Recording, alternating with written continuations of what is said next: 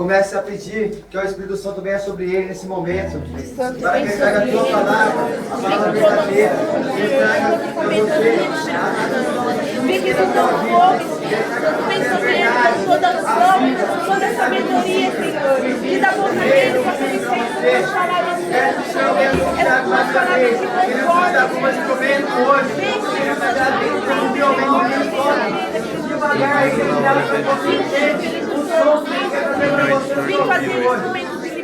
Ave Maria, cheia de graça, o Senhor é convosco. Bendita sois vós entre as mulheres, bendito é o fruto do vosso ventre, Jesus. Santa Maria, Mãe de Deus, rogai por nós, pecadores, agora e na hora de nossa morte. Amém.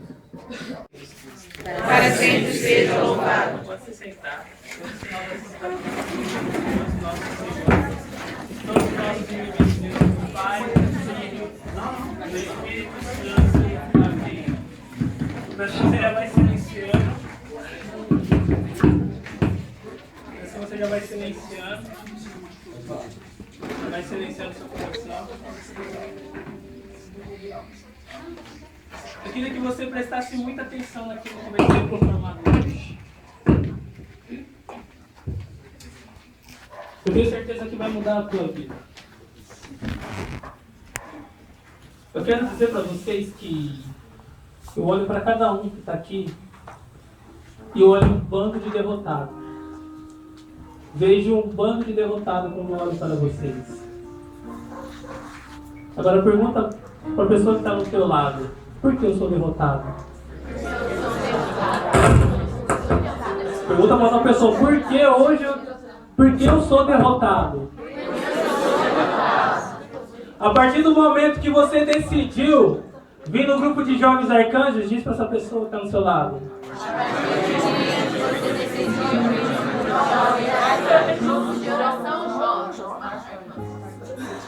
você já foi o derrotado. Sabe por quê, irmãos? Porque hoje o Espírito Santo venceu você, amém?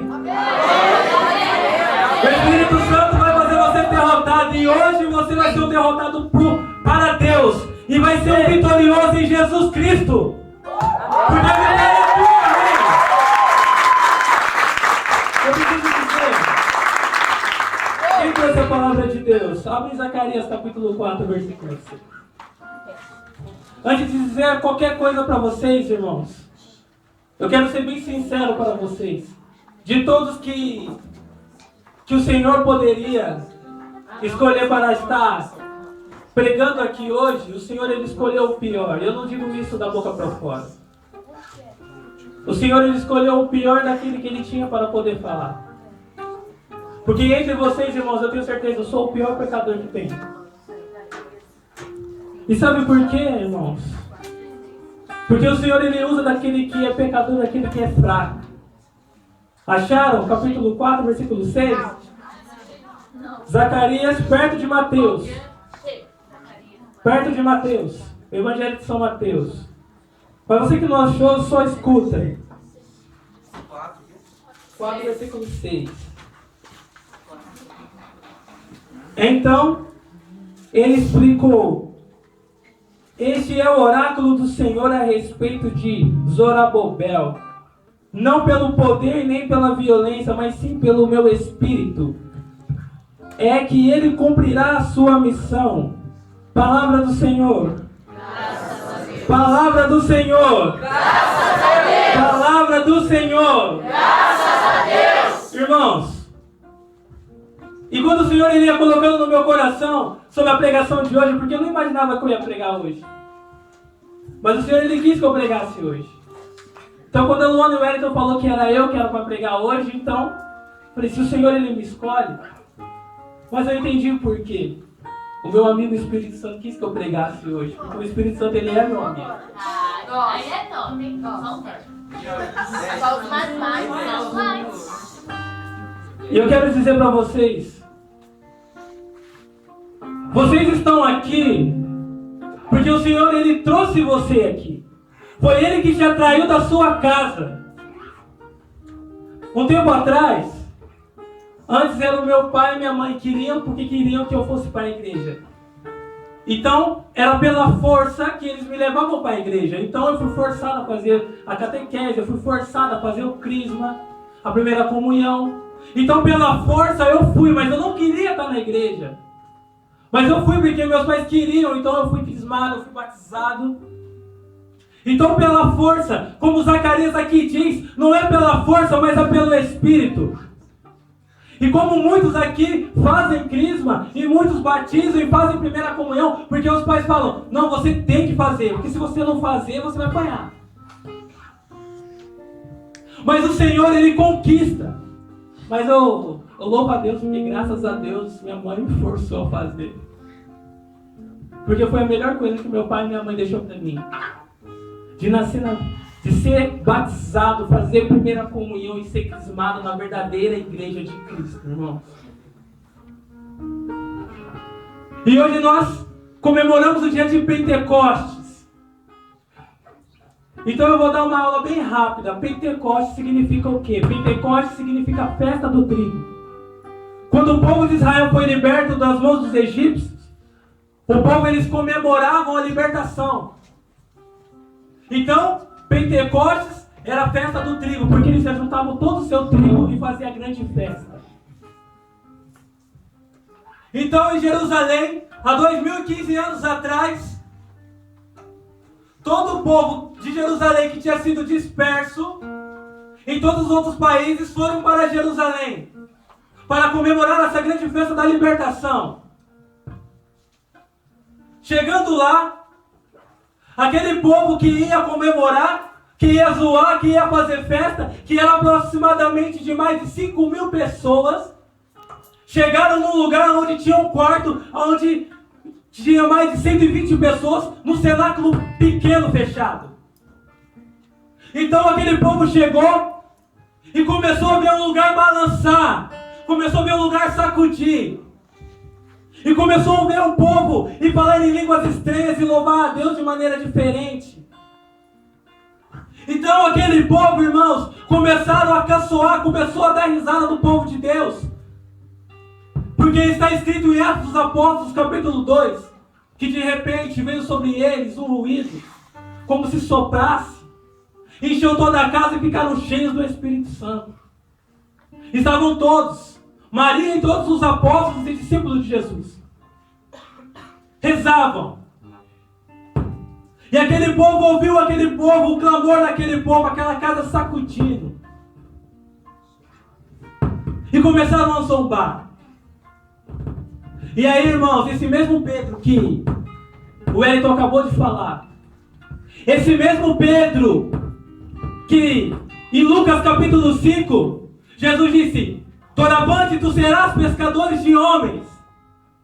Esse mesmo Pedro que em capítulo de Mateus, capítulo 16, versículo 17, Pedro, tu és pedra, e sobre esta pedra edificarei a minha igreja, e as portas dos infernos não prevalecerão sobre ela. E dali Pedro se torna líder da igreja. Esse mesmo Pedro, no capítulo 26 de Mateus, versículo 69, nega Jesus 3 vezes. Esse mesmo Pedro, em João capítulo 21, versículo 3 em diante, Jesus vai ao encontro dele, mesmo ele sendo pecador, mesmo dele tendo negado Jesus 3 vezes. Jesus vai ao encontro dele e diz assim, Pedro, tu me amas, apacenta os meus cordeiros. 3 vezes Jesus respondeu. Esse mesmo Pedro que foi chamado, esse mesmo Pedro que se tornou líder da igreja, esse mesmo Pedro que negou a Jesus, esse mesmo Pedro que Jesus reconquista Pedro, esse mesmo Pedro se levanta de um monte de zombadores e diz assim, ei, vós todos que estáis a escutar, esses homens não estão embriagados do vinho doce como vocês imaginam, mas de tudo isso, para se cumprir a profecia que foi lançada pelo profeta Joel no capítulo 3, que nos últimos dias derramarei o seu Espírito Santo sobre todo ser vivo. Vossos filhos e vossas filhas profetizarão, vossos jovens terão visões e vossos anciões sonharão. Esse mesmo Pedro, pecador, covarde, se levanta no meio de uma multidão de zombadores e começa a proclamar. E em menos de 6 minutos, irmãos, ele converte mais de 6.000 pessoas. E é esse mesmo Pedro que negou Jesus na hora da morte. Esse mesmo Pedro que morreu de cabeça para baixo, dizendo: eu não sou digno de morrer no lugar do meu Senhor. Porque o Senhor, Ele me tirou das trevas. Porque o encontro com o Senhor, Ele nos faz levar até a morte. E sabe o que fez Pedro? Ir até a morte de cruz. Foi ele ter recebido o Espírito Santo. E eu digo para vocês aqui, muitas pessoas quando falam do Espírito Santo, e muitas pessoas não conhecem o que é o Espírito Santo. Muitas pessoas pensam que o Espírito Santo ele é uma bomba, o Espírito Santo ele é um fogo, o Espírito Santo ele é uma água. Isso são símbolos do Espírito Santo, que nos fazem entender um pouco. Mas o Espírito Santo, gente, ele é uma pessoa que eu posso falar, que eu posso conversar. O Espírito Santo, ele é Deus. O Espírito Santo, ele é o meu melhor amigo. É com ele que eu posso falar. É ele que me conhece. É o Espírito Santo que Jesus disse que ele convenceria-nos a respeito do pecado no capítulo 16 de João. Não vos deixarei órfãos, mas virá sobre vós o Espírito Santo. Irmãos, esse Espírito Santo levou Pedro a fazer coisas inimagináveis. Porque quando nós temos um encontro com o Espírito Santo e nós recebemos o batismo no Espírito Santo, a nossa vida muda. Você quer saber se você é batizado no Espírito Santo? Você vai saber que você é batizado no Espírito Santo quando a sua vida muda. Porque se a sua vida não tiver mudança de vida quando você é batizado no Espírito Santo, você não foi batizado. Você pode rezar em línguas, você pode profetizar, você pode proclamar cura. Isso são dons do Espírito Santo. E o Espírito Santo ele usa de quem quer, na hora que ele quer. O Espírito Santo ele não te usa porque você é santo, porque você é merecedor, não, porque você é nada, porque você não presta. O Espírito Santo ele me usa para falar aqui porque eu não presto. E porque se ele não usar de mim, ele não vai conseguir me salvar.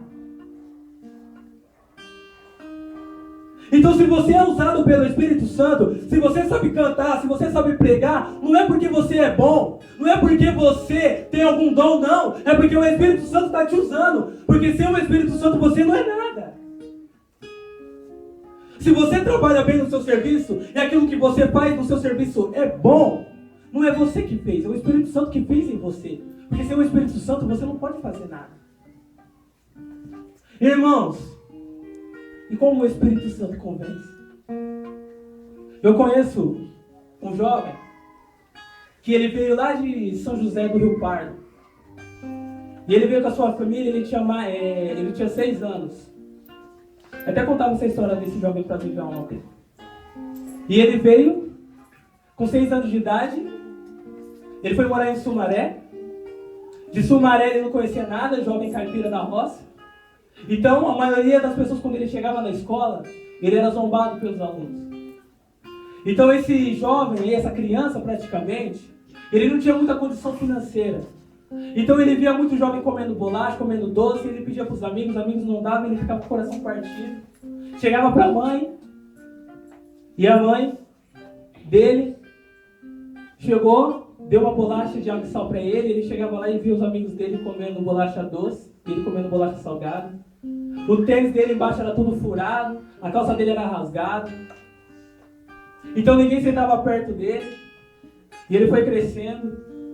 Então ele não tinha pouco amigo, porque onde ele morava na roça, ele tinha muitos amigos. E ele chegou num lugar onde ele não conhecia ninguém, então ele foi crescendo. E toda pessoa, quando ele vai crescendo, ele quer ter uma identidade. Ele quer saber quem ele é. Eu quero ser igual a alguém. Então, se você não se espelhar em Deus e alguém que leva você para Deus, você se espelha nas pessoas do mundo. Então, ele foi crescendo, foi vendo toda uma realidade, foi ganhando, foi ficando jovem, e ainda ele vivia uma pobreza. Mas ele queria ser igual aos outros. Então ele queria se enturmar, ele foi ficando mais jovem, ele foi crescendo. Então ele começou a se enturmar com pessoas que eram roqueiras. E começava a ficar no canto escuro com as pessoas, para poder ser igual a eles, para que as pessoas dessem carinho a ele. Então ele vendo que no meio dos roqueiros ele não tinha atenção, ele foi no meio dos pagodeiros.